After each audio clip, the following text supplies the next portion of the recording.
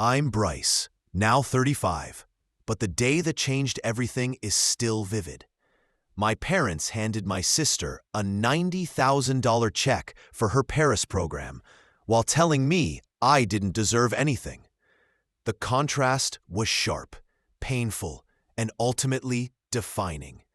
That day, I made the difficult choice to cut ties completely and build my own path. They never expected that 4 years later, my sister would drive past my $5.5 million home and call our father in tears. Before I explain how I built my life from the ground up after being dismissed by my own family, tell me where you're watching from, and hit subscribe if you've ever had to create a future without help. I grew up in a middle-class suburb in Boston, where everything looked perfect from the outside. My father, Thomas, worked as a corporate lawyer at a respected firm, and my mother, Margaret, was a hospital administrator. We lived in a 4-bedroom colonial with a neat lawn and a 2-car garage. To anyone else, we were the picture of a stable American family. That image cracked early for me, though no outsider would have noticed. My younger sister, Sophia, 4 years behind me, quickly became the clear favorite. At first, the signs were small, but every year they became harder to ignore. For my 10th birthday, I had a simple gathering with a few friends and a store cake. When Sophia turned 10, my parents rented a pony, hired a professional planner, and invited half her school. My mother invested weeks into the event, effort she never put into mine. My father often worked late, but he never missed Sophia's recitals or plays. My academic competitions and science fairs, he attended maybe 1 in 4, usually checking his watch. Technology fascinated me early on. While other kids played games, I wanted to know how they functioned. At 12, after saving allowance money for months, I bought parts and built my first computer. Proud, I showed my parents. My father barely looked up from his newspaper and said, "That's nice, Bryce. Just don't expect me to fix it if it breaks." Meanwhile, Sophia's backyard watercolor, typical for a 12-year-old, was framed and displayed in our living room. In high school, I started a small tech repair business in the neighborhood. I fixed computers, printers, and eventually smartphones. It earned enough for me to fund my own projects and buy better equipment. My parents brushed it off, calling it playing with gadgets, and insisted I focus on real studies. That same year, Sophia joined the choir, and they attended every performance, proud of her average singing. The pattern repeated. I worked part-time through high school, kept a 4.0 GPA, joined the robotics team, won state events, and even created a basic app the school used for their event calendar. None of it seemed to matter to my parents. When Sophia finished middle school, she received a participation award in art. None of it seemed to matter to my parents. When Sophia finished middle school, she received a participation award in art. My parents took us to an expensive restaurant to celebrate and gave her a new laptop. 3 years later, when I delivered the valedictorian speech at my high school graduation, they left early because Sophia had a dance recital. "Your sister needs more encouragement," my mother would say if I ever mentioned the imbalance. "You're naturally talented, Bryce. You don't need the same support." That became the phrase of my childhood. Sophia needed attention. I, apparently, needed nothing. So I learned to support myself, not because of thoughtful parenting, but because I had no other option. I opened a bank account at 16, saved carefully, and planned for college, knowing help from my parents would be minimal. Sophia received a car for her 16th birthday. I bought a used bicycle to get to my job at the local electronics store. Others noticed the dynamic, too. At a family barbecue, my Uncle Jim pulled me aside. "Bryce, I see what you're doing. Keep going. Sometimes the people who work hardest end up the strongest. It was one of the rare times an adult acknowledged what was happening, and I held on to his words during tough moments. By graduation, I'd been accepted to several top universities, including MIT and Carnegie Mellon. I hoped to study computer science and had earned the grades and activities for it. But when the acceptance letters arrived, reality set in. My parents called me into the living room. "We haven't saved much for your college," my father said, "despite their six-figure combined income. You should consider state schools or loans." I already knew the answer, but I asked anyway. "What about the college funds relatives sent us?" "Grandma always sent education checks." My mother shifted. "Well, those mostly covered family expenses, and we're saving some for Sophia's future." The pattern continued, clear but no longer surprising. I accepted a scholarship to a state university that covered half the tuition. I took loans and planned to work during college. It wasn't MIT, but the computer science program was strong, and it gave me independence.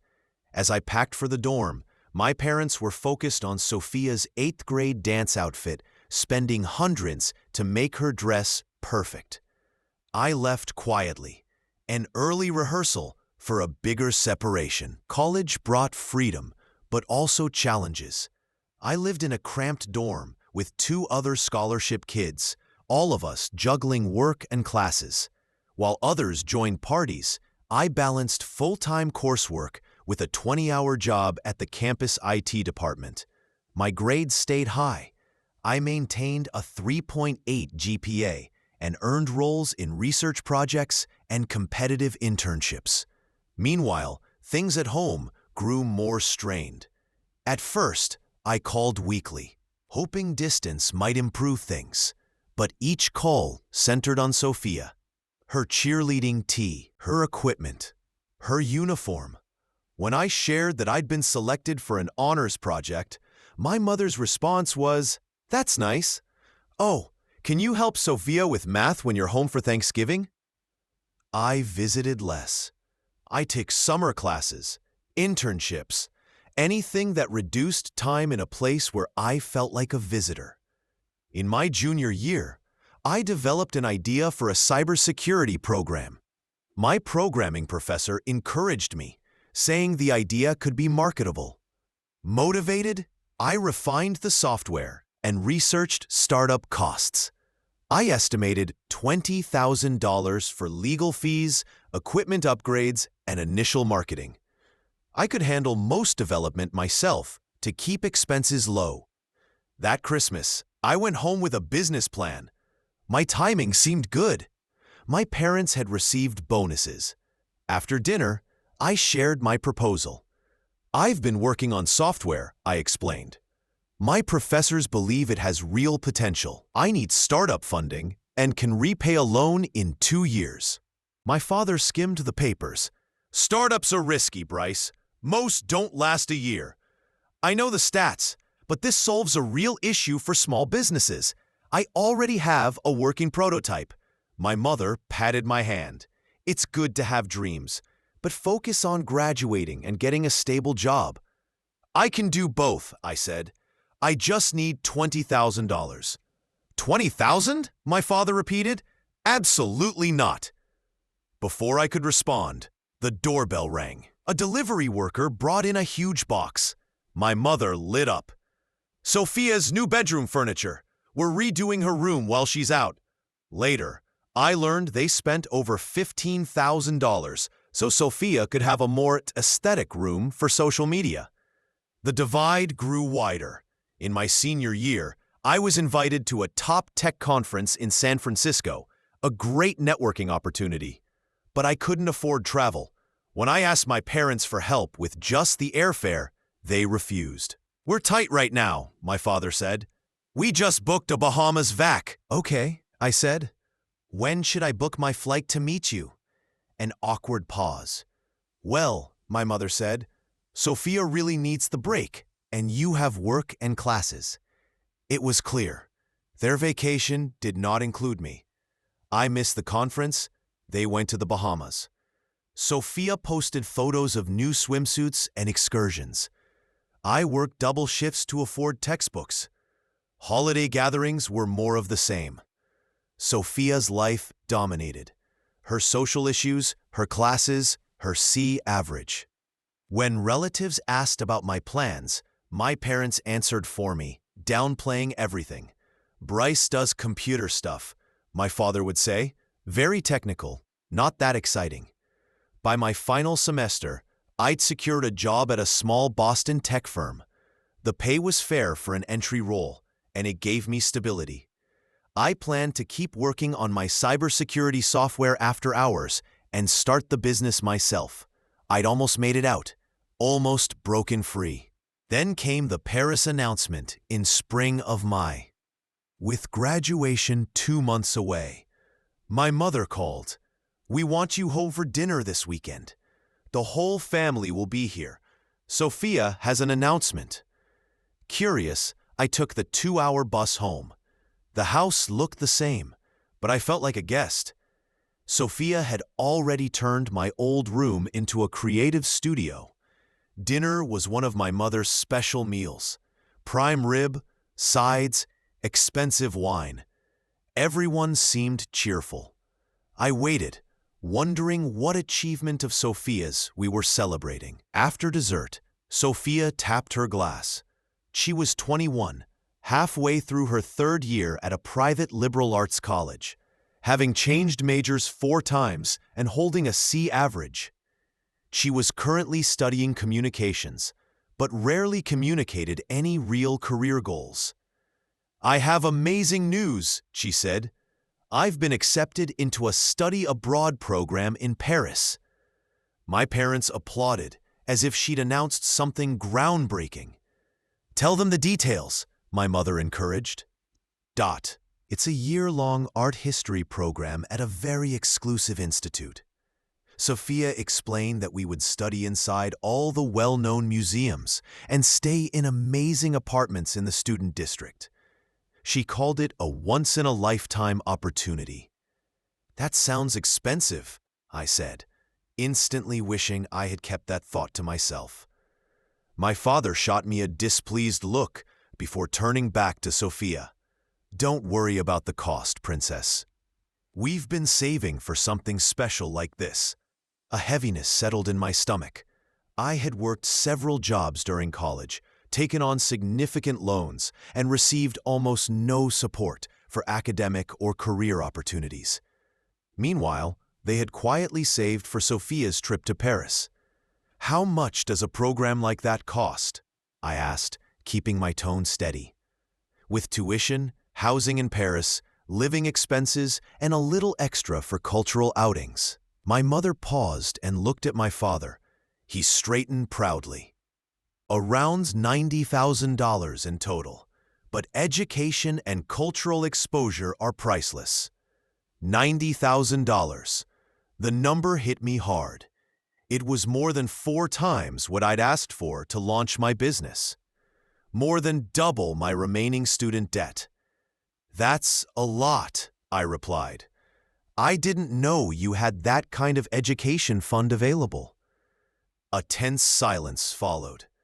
My mother gathered the dessert plates. My father cleared his throat.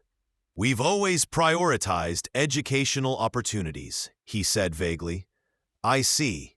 The truth was becoming clearer. There had been a college fund, just not for me.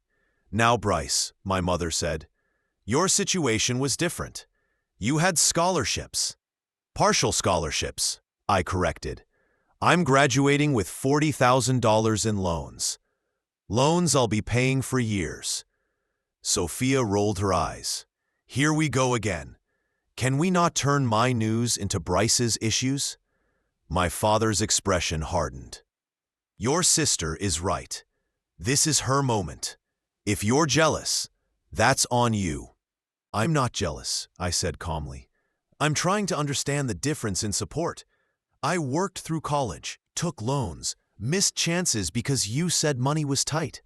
And now there's $90,000 available for a year in Paris? Art history is a valid field, my mother said defensively. I never said it wasn't. I'm questioning the imbalance. My father leaned back. This attitude is exactly why we handle things the way we do. Sophia appreciates what she's given.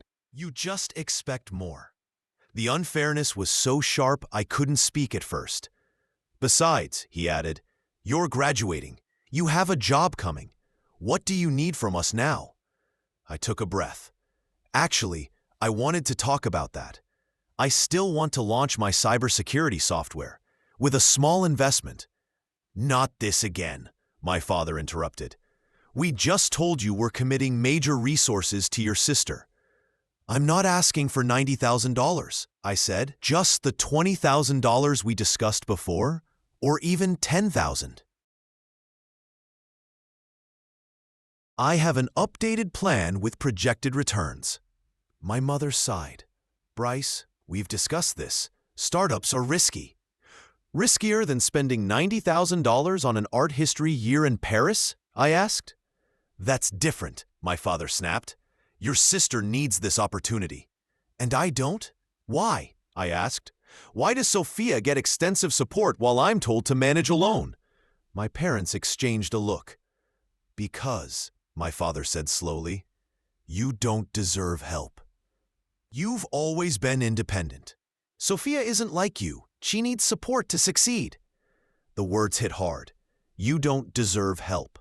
Not we can't afford it. Not maybe later. Just that I didn't deserve it.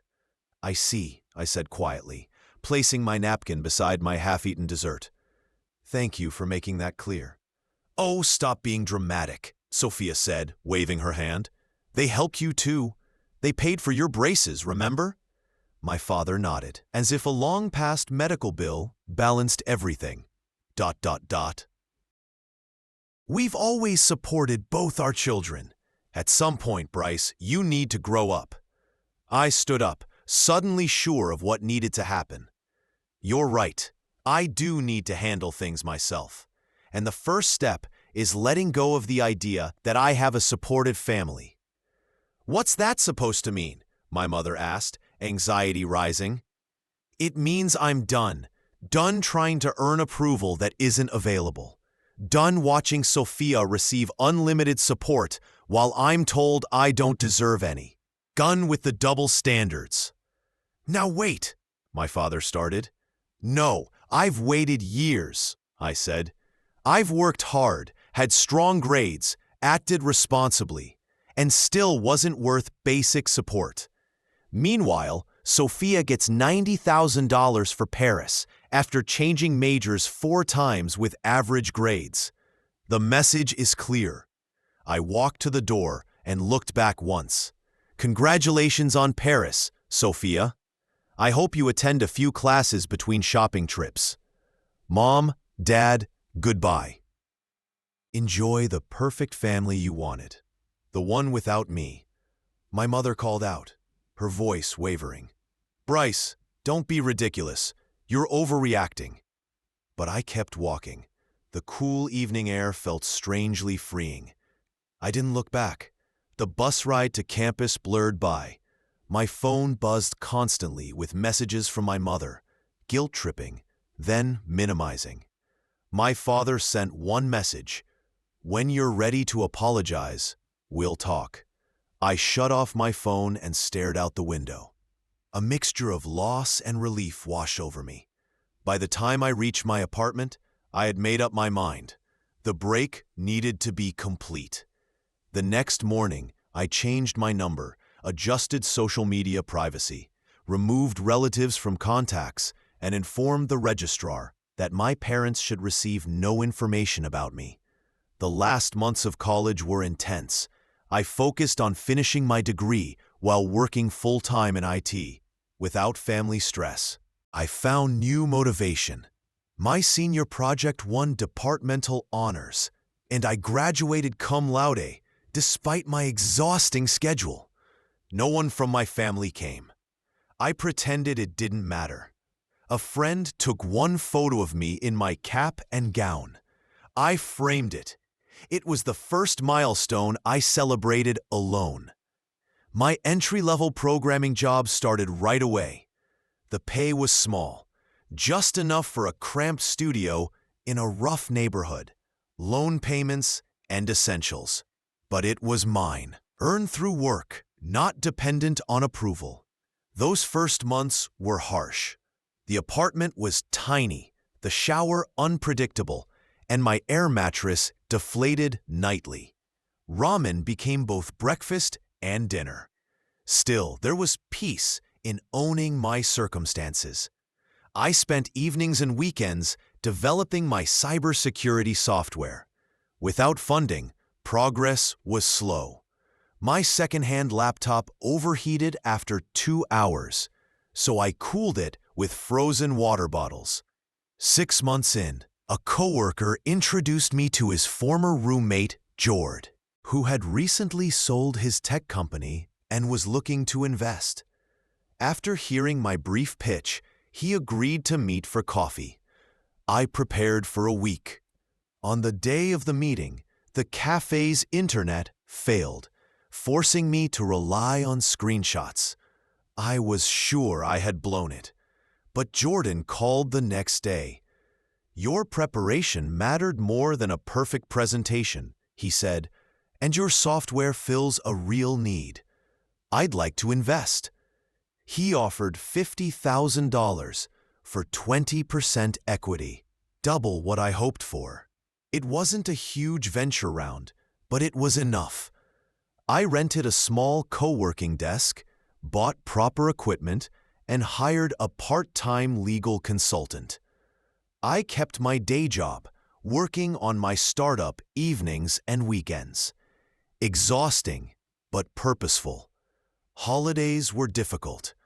I declined invitations, too embarrassed to explain my family situation.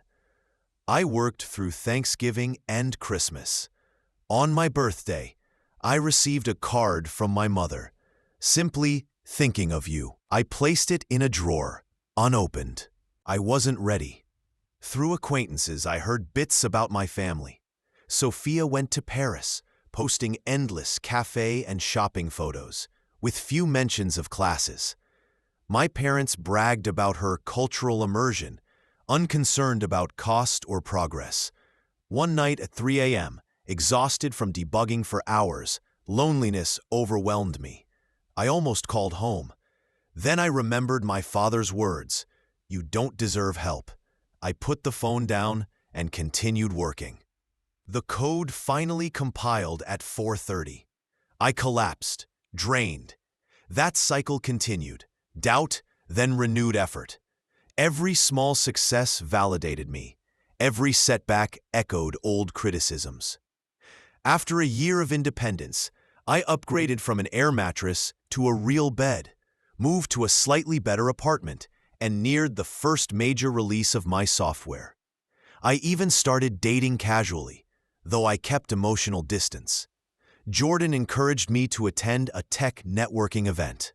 I went reluctantly. There, founders shared stories of strict coding from cars, maxing out credit cards, years of failure before success. For the first time, I realized my struggle wasn't unique. Different backgrounds, similar challenges. I left with contacts, potential mentors, and a sense of belonging. By the second year, things improved. A small business organization reviewed my software and published high praise. Orders increased. Jordan connected me with more investors, and we secured additional funding. I hired employees and moved into a small office. Eventually, I quit my day job. Each step felt like quiet proof that I had always been capable. Sophia eventually returned from Paris without finishing the program, losing interest once the novelty faded. My parents bought her a condo and continued supporting her while she found herself.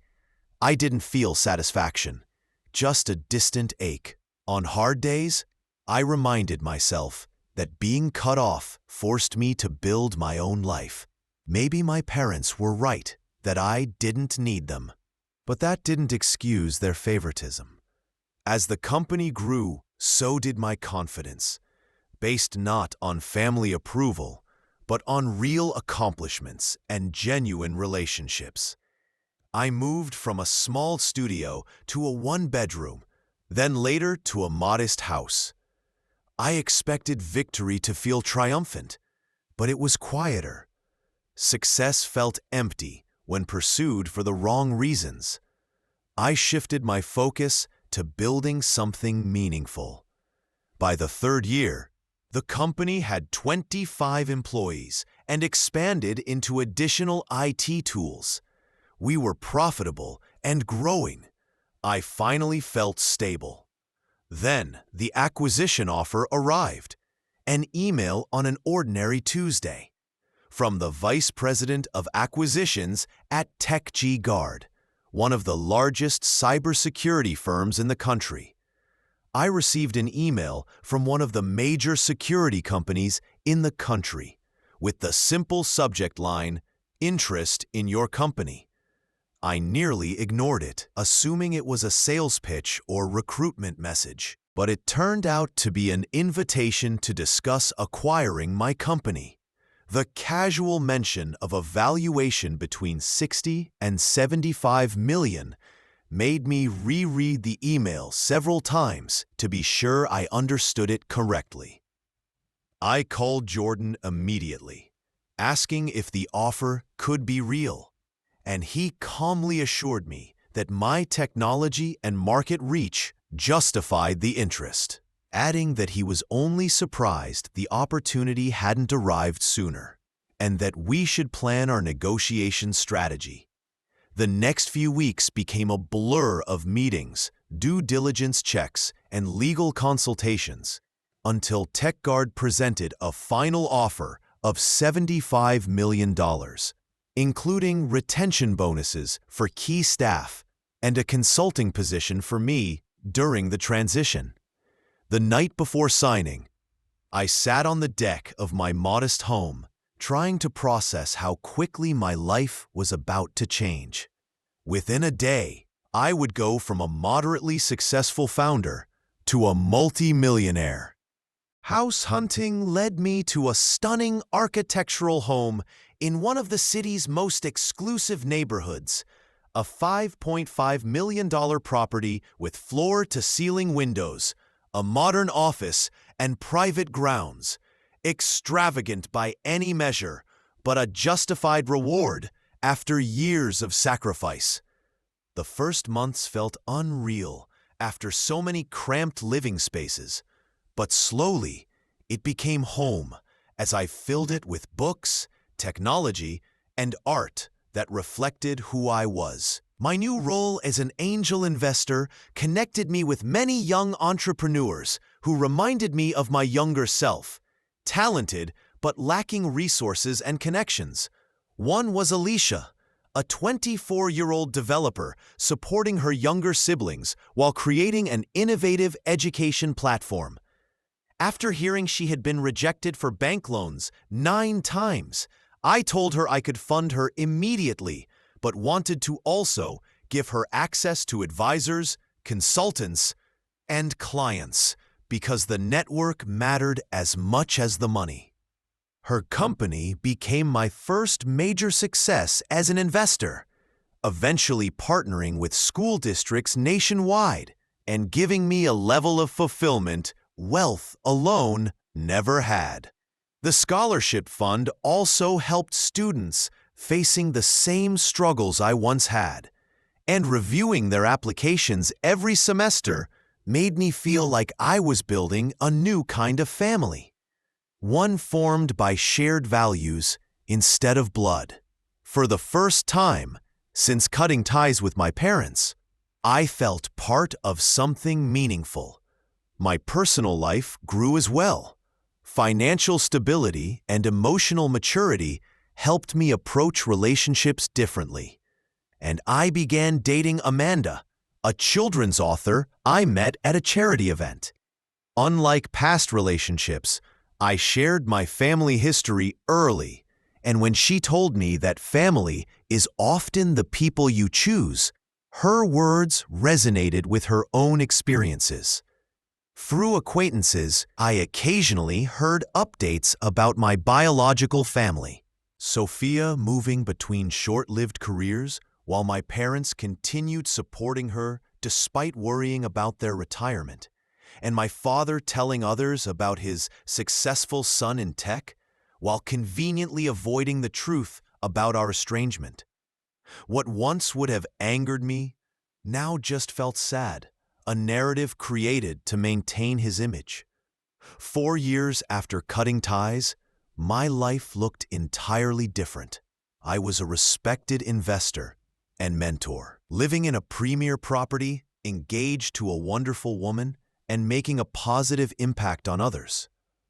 I had proven my father wrong. Not only had I survived without their support, I had succeeded beyond anything they expected. But the victory didn't bring the satisfaction I imagined back when I was hurt and angry. I learned that success is most meaningful when it's pursued for yourself, not as payback to those who doubted you. Then, on a routine Saturday, everything shifted when I was in the yard discussing landscaping with the gardener and noticed a silver sedan slowing down in front of my house. It pulled over, and inside were two women, one pointing toward my property. The passenger looked vaguely familiar, but I focused on the gardener. Minutes later, the garden gate opened, and there stood Sophia, older yet unchanged in many ways, uncertain as she said my name and asked if I lived there. After dismissing the gardener, we stood in awkward silence. She looked polished but worn, designer clothes contrasting with the tiredness around her eyes.